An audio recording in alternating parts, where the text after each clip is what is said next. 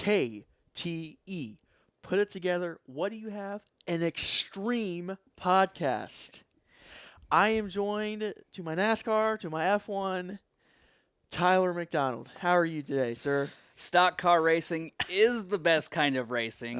Come at me, Joseph Newgarden and man. Max Verstappen. We've got Kyle Larson. Oh, man. I don't know, man. I love NASCAR, but nothing beats F1, man. Above that, though, is wrestling. Yes, sir. And especially all extreme sports. wrestling. We are here today to talk to you guys about ECW's One Night Stand 2006. And boy, what a pay-per-view that was, man. I mean, we had barbed wire, we had intergender matches, we had DDTs, we had lots of interesting choice words the crowd used to describe Cena and JBL. It was one awesome pay-per-view. It's honestly one of the most memorable pay-per-views I would say ECW ever had. Kicking things right off the bat, you had Paul Heyman, just like last year, 2005. Yeah. Opens it up, gets the crowd going. I mean, this guy knows how to work a crowd. He knows how to shoot a promo. He knows how to be a referee. We'll come to that later. But it's wild. The crowd is just as wild, if not even more wild than 2005. We're in the same arena as we were last year, so that provides even more flair to the show, I would think. The Hammerstein Ballroom, as we've talked about, is an iconic arena, and it's one of ECW's second homes. Oh, absolutely. And that's why when we go into the regular ECW TV shows, like I was telling you, they just film it in front of SmackDown audiences, which you can't do that, and this crowd shows why. Takes away filming it in front of another show. It kind of makes it seem like a second-rate show. Yeah. And we'll get into that a little bit in the weeks to come, but since we're on the topic, that doesn't help them in the long run. And so this pay-per-view being in this arena, center, ballroom, whatever you want to call it, it really helps, with that flair. So we have announcements that ECW is going to be back on Sci-Fi, and it's launched. It's its own brand, and pretty much the week after this show airs, One Night Stand 06, and their initial TV deal with TNN was a lack of a better term, a cluster F. It wasn't very good. But so the whole point of this show is to rectify that mistake, and off the success of, like we said, the DVD commentary, bring into a good weekly show. And this pay-per-view is kind of like their sending off point. Yep.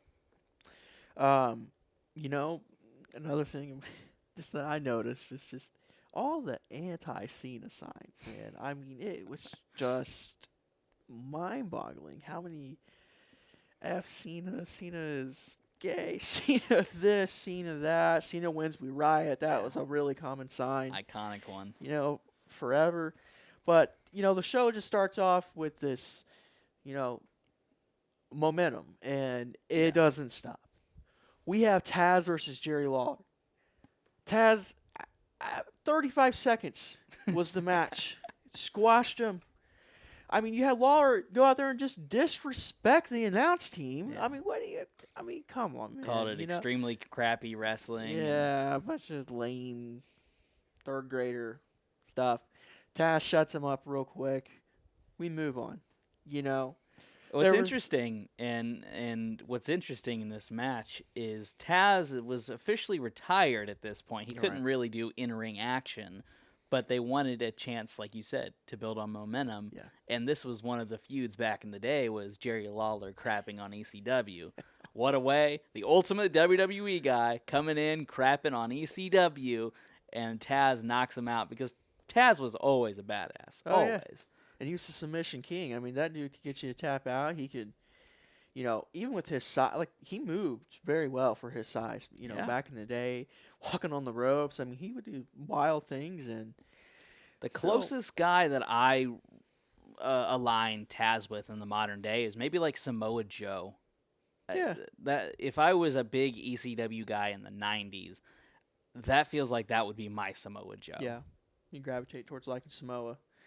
And when Samoa was in TNA and Taz was his manager. there, so that was cool. But following that momentum, we have an excellent follow-up match of Orton versus Angle.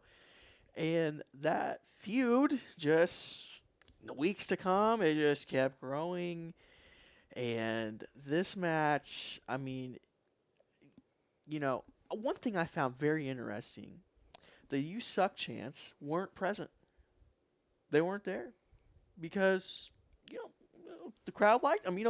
Just a year ago, Angle was at the I believe it was the SmackDown side, booing ECW. Yes, up in the balcony Up in with the JBL. balcony.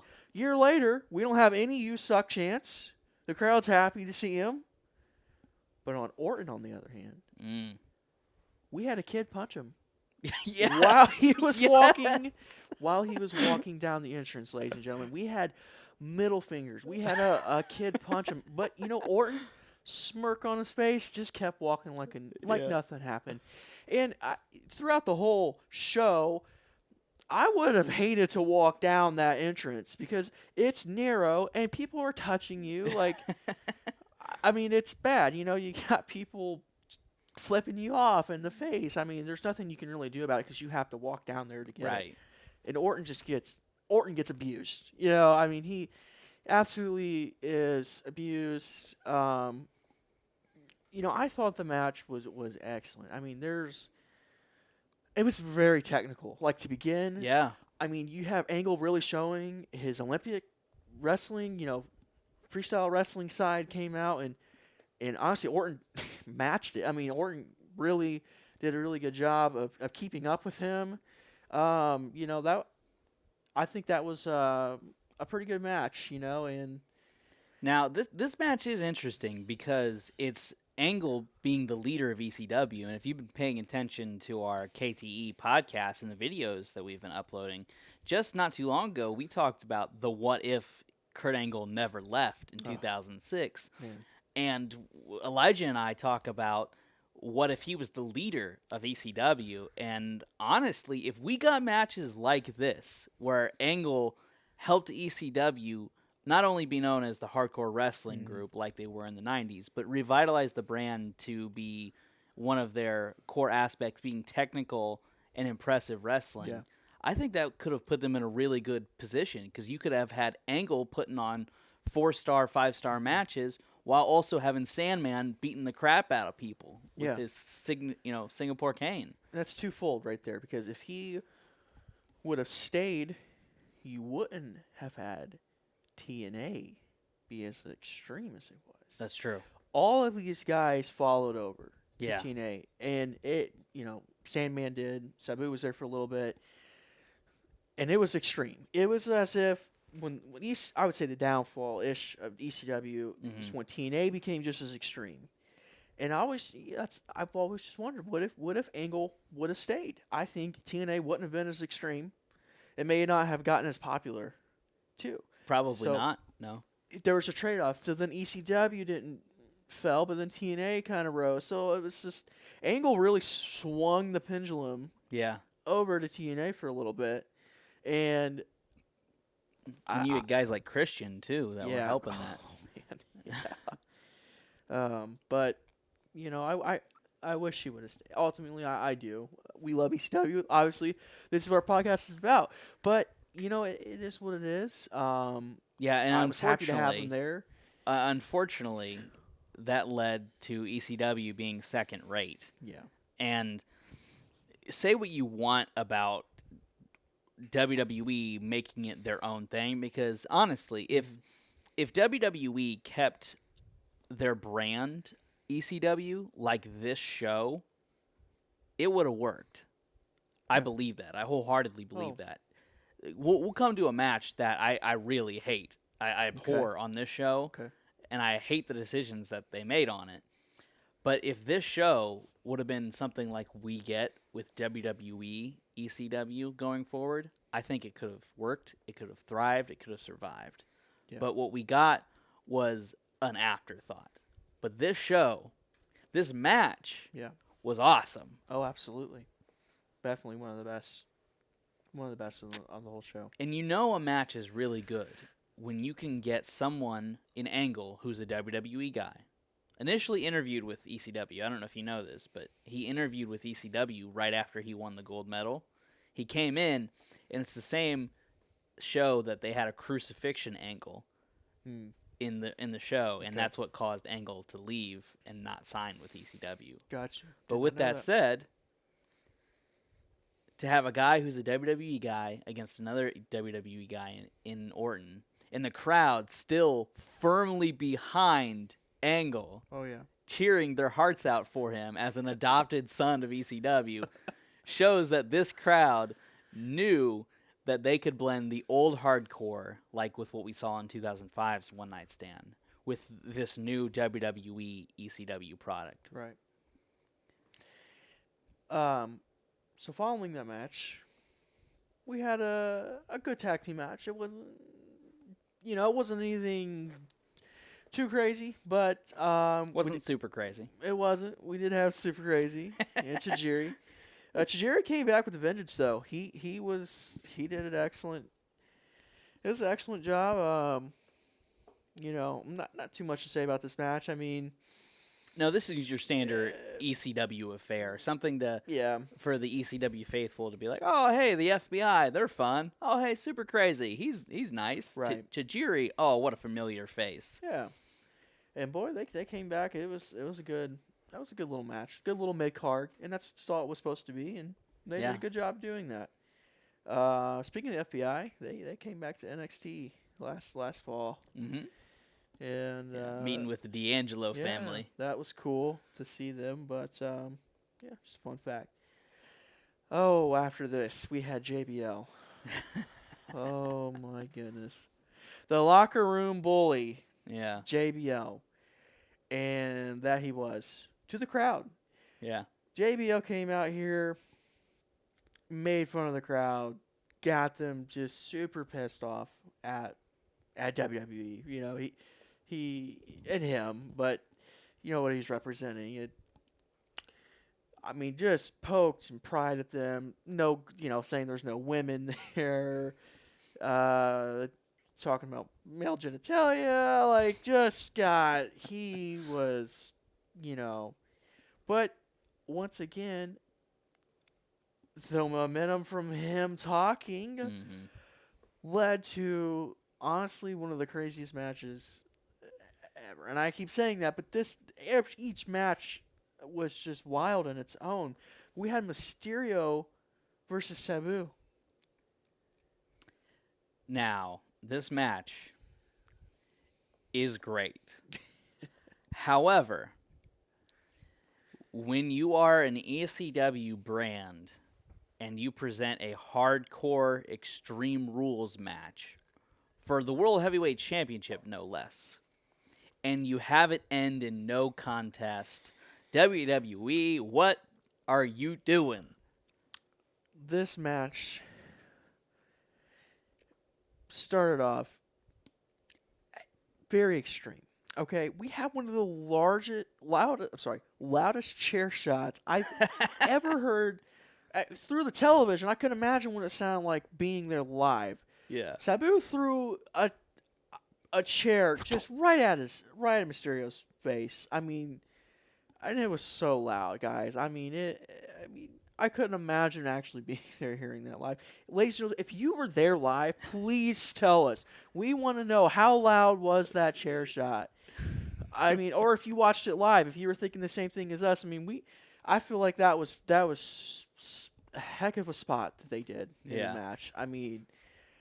It's kind of a chair shot that makes you go, oh, and wince in response. Multiple ones of them. You had EDTs on chairs. You had Sabu throwing him in the corner and then drop kicking a chair. It was absolutely wild, and it was cool to see Mysterio keep up with that. Yeah, because Luchador is kind of extreme, and like we talked about on the first episode. Yeah. and it meshed very well, I feel like. And Mysterio did a really good job. The moment that things changed in the match, and what Tyler is very upset about, is when there was a DDT through a table. And it was epic. Wasn't that the craziest DDT you've ever seen? Craziest DDT I've ever seen. And it just took them out. It absolutely... I mean, everyone was convinced they were injured. Like, oh, they were dead. They were both dead. They were gone. Doctors came rushing out. Referees. I mean, they did an amazing job selling it. Because at the end of the day, and then what pisses Tyler off, they didn't get hurt. So they really did just have the match end in no contest, which is ridiculous. Especially when you're considering ECW. And the momentum you had from that move to just play it off that way just seems like there's... And this is a microcosm because as much as I love Rey Mysterio and I love his championship win at WrestleMania, his world title run was awful. It was just terrible. And this would have been a good opportunity for Mysterio to win the match to get some victory points. Now, I understand maybe they wanted to do this because Rey Mysterio's a good guy. Yeah. Sabu's the ECW hometown guy. You don't want to give one guy the win over the other so they can cheer one guy more. But I would argue that Rey Mysterio was already getting booed in this match anyway. Oh, yeah. Have him win, get a clean win, and give him heel heat for just the night. I mean, it... Just disappointing it could have that it ended like that. Went, so many different ways. I mean, I just wish they... I mean, we're talking about momentum. Yes. And we had an amazing flow of momentum throughout the night. And we still did. Next, but as far as like moments, that DDT happens and it's a fever pitch and everyone's going yes, and then you hear and it ends early, and then you hear it ends in a no contest, and it's like really, it's a wet fart. Come on. Oh. But that can't be said about this next match. Following an extreme match ending early. Womp womp. But don't worry, they made up for it. Oh, ladies and gentlemen, we had an intergender match. Well, I mean, kinda. I mean, but basically, essentially, what it is, you had Edge and Lita, and you had Tommy Dreamer and his wife going at it. And we had Terry Funk. Mankind. And when you get that group together, I mean, Terry Funk was 62 years old. At the time of this, 62 years old. And people thought he was old, back in the 90s. Yeah. And this dude's out here. I mean, he absolutely gets shredded by barbed wire. This match is full of tables, kendo sticks, fire. Yeah. Barbed wire. I mean, you have Terry Funk. I mean, he also fell off a ladder. I mean, at 62 years old, I couldn't imagine. I mean, I know it's wrestling, but still, it's going through that pain. It's a very physical. This was a very physical match for him, and it's just honestly was mind blowing to me that he even made it through this. I mean, he bled so bad they actually had to take him back and.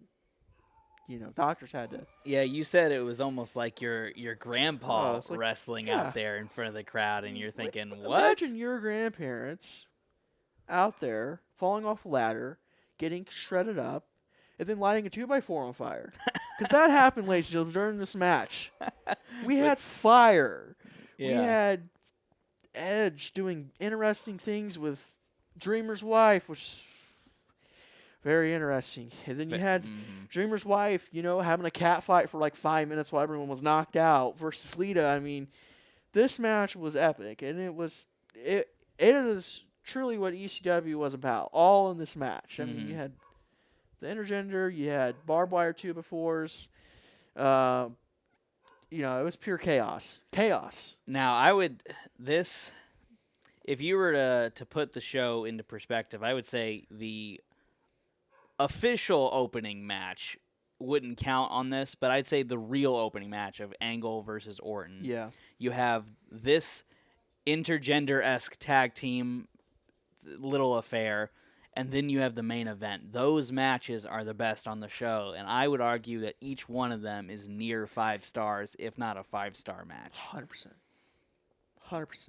And yes, there's some fluff in between, but when you have 3 great matches like that, it's okay to have some fluff in there. It's okay to have the tag team match, we're not saying is bad. Right. It was not bad. It's a filler, and that's fine, and that is a purpose, you know. But yes, 5-star matches, what Sabu Mysterio match could have been, it's still good. It just... Now, the distinction here, I would say, and argue with me if you want to, the difference between an Extreme Rules match, it's slight, but the difference between an Extreme Rules match and maybe what we would consider this one, which is a hardcore match. Now, in ECW, it's the lines are crossed. But when WWE considers that, it's like what AEW would consider a no DQ match versus a death match kind of situation, because they took Extreme Rules to the extreme. Oh, absolutely. In this match with what Elijah was talking about. But of course you're going to have something like that, because at WrestleMania that year, Edge and Mick Foley had a match, a crazy hardcore match, Mr. Sacco, where Edge speared Foley off the apron into a flaming table. And to have a little bit like that. Yeah. I love the ending here when Funk gets caught in the barbed wire. It's almost like you can feel it tearing at his skin. Ladies and gentlemen, this match was hard to watch. It was awesome to watch, but it was hard to watch a 62-year-old man just get shredded. I mean, he gets stuck. I mean, yeah, like you said, he gets stuck in the wire, and then you have Edge interestingly pin her, and yeah, but if way to end the match. If you're a fan of ECW and you're a sadist like ECW fans are, they're new. Eating it up. Oh, there's nothing new. It's another day in ECW with this match. Especially with all the crazy stuff that's happened over the years at ECW. Yeah. And the heel heat the Edge got from this match. It was. Oh yeah. It wasn't. I mean, everyone booed. Edge forever after then. And that might not be the last time we see Edge this night. No, ladies and gentlemen, because we have our main event. Well, first, it's time for a little balls. Oh, yes. How could I forget? Balls Mahoney versus Masato Tanaka, the Tanaka Punch. And if you look up the definition of filler in the dictionary. Yes. Ladies and gentlemen, I apologize. Yes, this match did happen. Yeah, how can I forget Balls, man? And rest in peace, he passed away. Oh, did he? I didn't know that. I believe it was 2016. And, I didn't know he was dead. Huh. ECW legend. And, and they just had him out. I feel like they had him out there because it's ECW. And it's still a reunion-ish type show. I mean, we still had people like him. I mean, he was a huge part of ECW. And no, this was a good blend between reunion balls. And pushing it forward into the third brand that they were looking for. Yes, it was excellent. But yeah, this match was kind of balls. It was balls everywhere. But following that, then we had our then the main event. We had our main event, which. And if Cena wins, we riot. We riot, and my goodness, did we have Cena chants of all kind, man. He, until here recently, him being heel. You suck. You suck. Yeah. Oh, yeah. I mean, just the most vulgar chants ever. They would never show today. Well, maybe, I don't know. But I feel like we're starting to change a little bit. We had Cody Rhodes saying the F word. That's not PG. Right. So I'm hoping.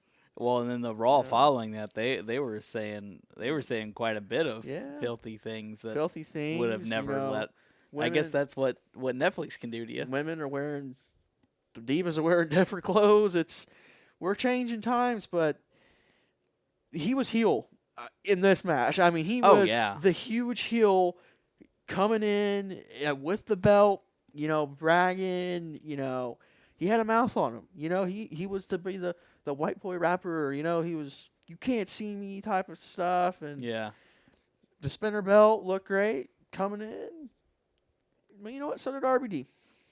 And RBD came in and put on a heck of a show. I mean, excellent match. Them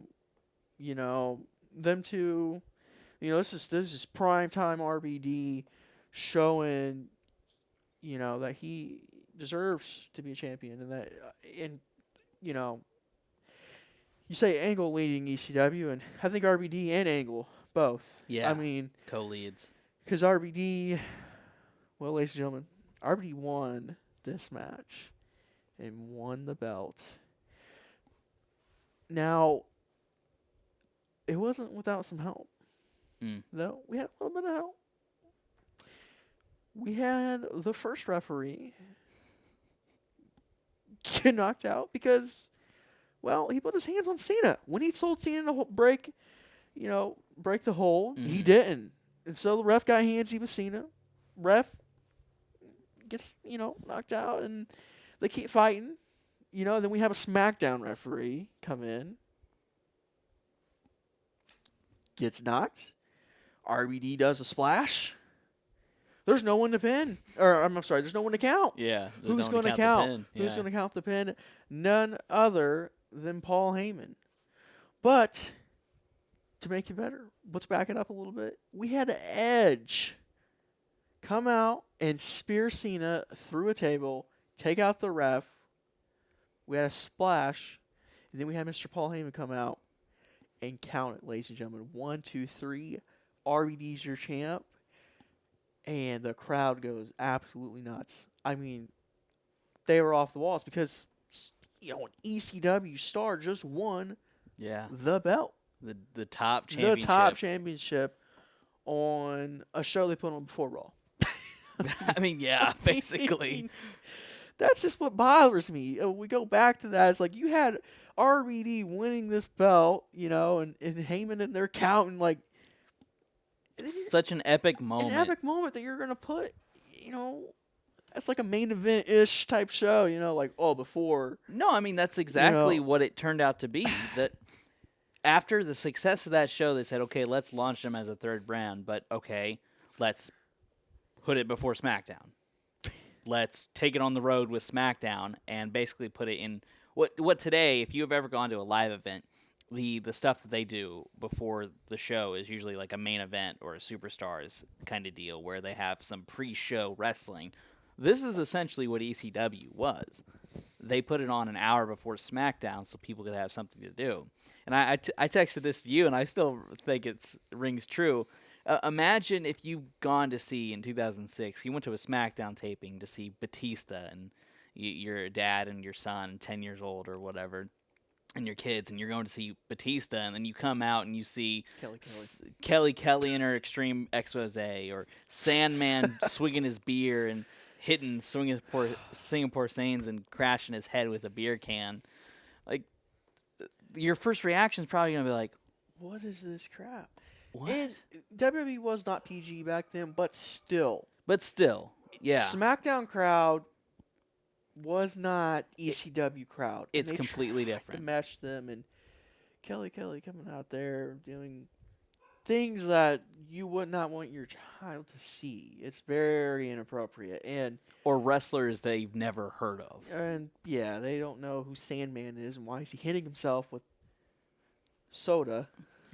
Right, but you throw it in front of like the ECW arena or the Hammerstein Ballroom, and they go crazy. Yeah, you get the right crowd there. Yeah. And, it's just a shame. It shows how a match like this, the main event, can be so revered because you get a okay match, a good match, and then you have this crazy crowd who is in the palm of those wrestlers' hands and giving everything they have to the match. Yeah. It's really something when you see in sports fans react and get behind these performers, and that's something that made this main event so special.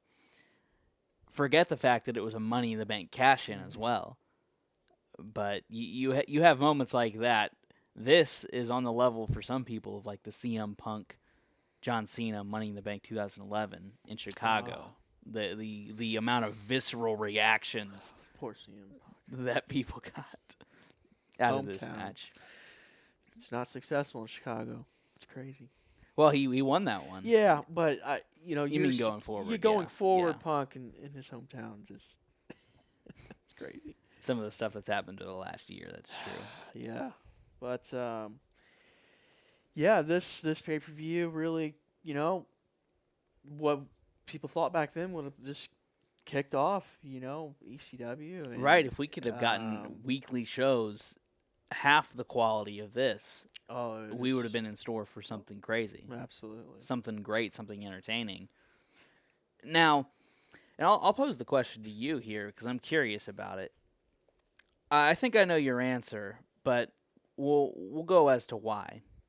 Most people consider this to be, if you're ranking the shows, last year 05 and this year 06, consider it to be 1A, 1B, where they're really good, but they prefer 05 simply because it's more ECW focused. Do you like the ECW focused show, or do you like this blend of WWE and ECW integration? Well, I think both shows had their own purpose. I feel like 05 was truly supposed to be a reunion. They weren't launching again. There was no announcement of that. Right. So that's hard to put a 1A, 1B. But we'll just put the fine point of like which one you preferred, I guess we'll say. I liked 06. Because then it led into what we have from the weeks to come. I like the WWE mesh because, like I said, I mean, it was becoming its own show, so let's integrate it a little bit, but it was still super extreme. That's right. It was still just as crazy as 05, in my opinion. I think it was. I mean, now if they kept that blend going forward, oh man, it would have been even better. I think they would have been very successful. But they basically just turned it into a very sanitized product. It was just WWE's third brand. It was barely ECW. Right. But I'm with you there. I like 06, and I know the true ECW faithfuls like 05 because it's a purely ECW experience. But I think with the WWE blend, you have villains people can go against in this, like Cena in that instance. And you have Orton, like Mysterio. I know Mysterio's not a villain, but it painted the WWE versus ECW vibe. It almost felt like a Worlds Collide kind of pay-per-view. Yeah, Worlds Collide. And I love that feeling because you could full throat behind Sabu and his craziness. Full throat behind Tommy Dreamer and Terry Funk and RVD. Oh. And even though Angle was a WWE guy, he was espousing ECW ideals. So we could go behind him. That's what I kind of liked about this show and why I like it better than 05. But I fully understand why someone would like 05. Yeah, I get it.